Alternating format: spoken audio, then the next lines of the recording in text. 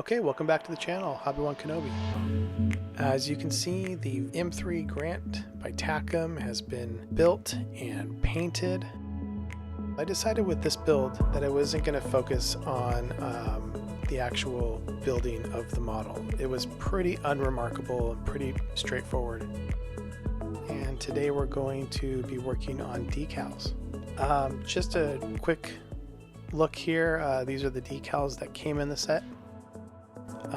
There's just a few that I'm going to be using here. I've got some numbers, I've got some of these red decals, so really we're looking at only 8 decals total for this model. That's wild, especially for somebody who used to build planes. That's nothing.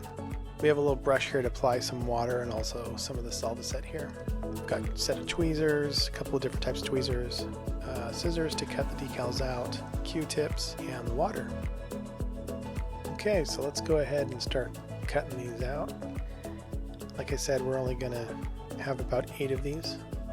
And I'm not too concerned about getting them mixed up, because that's just not going to happen. So I'm just going to cut them all right off here, sort of in one fell swoop. But let's go ahead and get started on the numerals here. So we're going to dip one in, and we want it to sit for a while. One recommendation I've heard from other folks is to actually not let the decals sit in there any longer than needed. And what we need is for the decal to become free from the paper backing. But if we let them sit in there for too long after that point, they can become free, and actually the adhesive on the decal and expected to be on the decal when you put it on the surface of the model can actually sort of float away. I try not to let my decals sit in there for too long.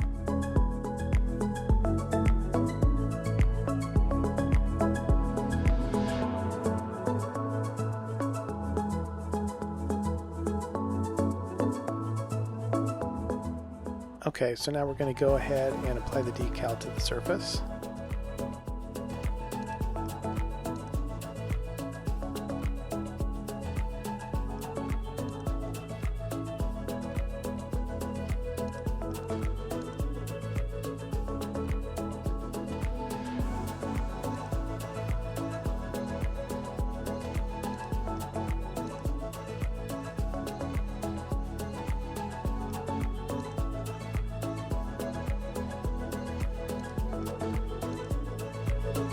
So I'm going to take a Q-tip now to kind of press the decal nicely onto the model, almost as if I'm like polishing it. I'm trying to free up any of the air bubbles that get caught between the decal and the surface.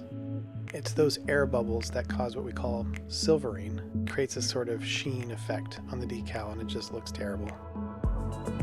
That's really the thing that we fear the most. That, and when it comes to working with decals, the other thing I fear is having them fold up on me and not being able to get them free. I had an incredibly difficult time. For some reason, AFV Club decals for me just roll up on each other, and I have the worst time with those things.